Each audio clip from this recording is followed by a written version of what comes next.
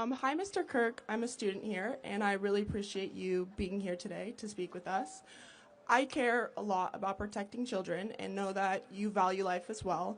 I understand that mental health and drug issues are a big part of the violence that we see every day in America, and I know that there's no black and white solution, but wouldn't implementing stronger background checks, especially for high powered weapons like AK 47s, be a more reasonable and effective step to prevent school shootings and protect the children? Sure, fine. So first of all, it is very difficult to purchase an AK-47. You're probably talking about an AR-15. That's probably what you're talking about, which is not an AK-47. We do have those background checks in a lot of states.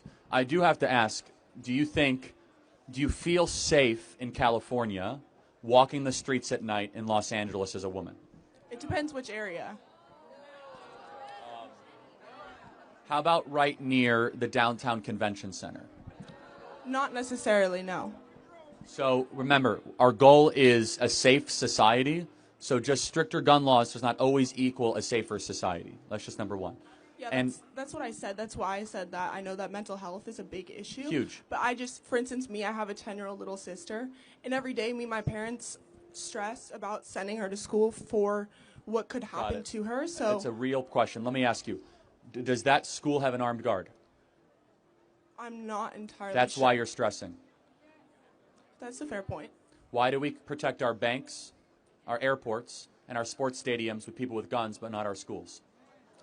I think that that's a fair point, and that And I'm not discounting, the background check thing, but it's incredible moral perversion. You can't get in a Dodger Stadium without seeing 50 cop cars and people with guns everywhere. You can't go to LAX without going through basically a demilitarized zone. But you could go into a local Long Beach elementary school, and we decide to not protect our kids. So we protect our airplanes and our sports teams, but we don't protect our own children. And so you care about protecting children. I think that we should basically lock down these schools. People say, oh, I don't want our schools to be militarized. Well, then you don't want to protect our kids? You don't think you want your money to be protected at your bank?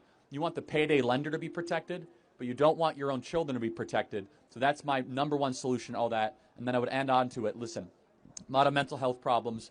I have a different view. I think gun ownership is a right, not a privilege. And I don't think the government should get in the way of our right to be able to own firearms. So, what do you think that do you think that the government should get involved in adding armed guards to schools, or Yes. why isn't this more talked about? Because I feel like in other states it is. Gavin Newsom would refuse to do this, of course. But in other states, after big school shootings, they have police officers parked outside. And in fact, school resource officers with guns have shown to prevent school shootings, limit school shootings, or even intervene before the school shooting happens. And it's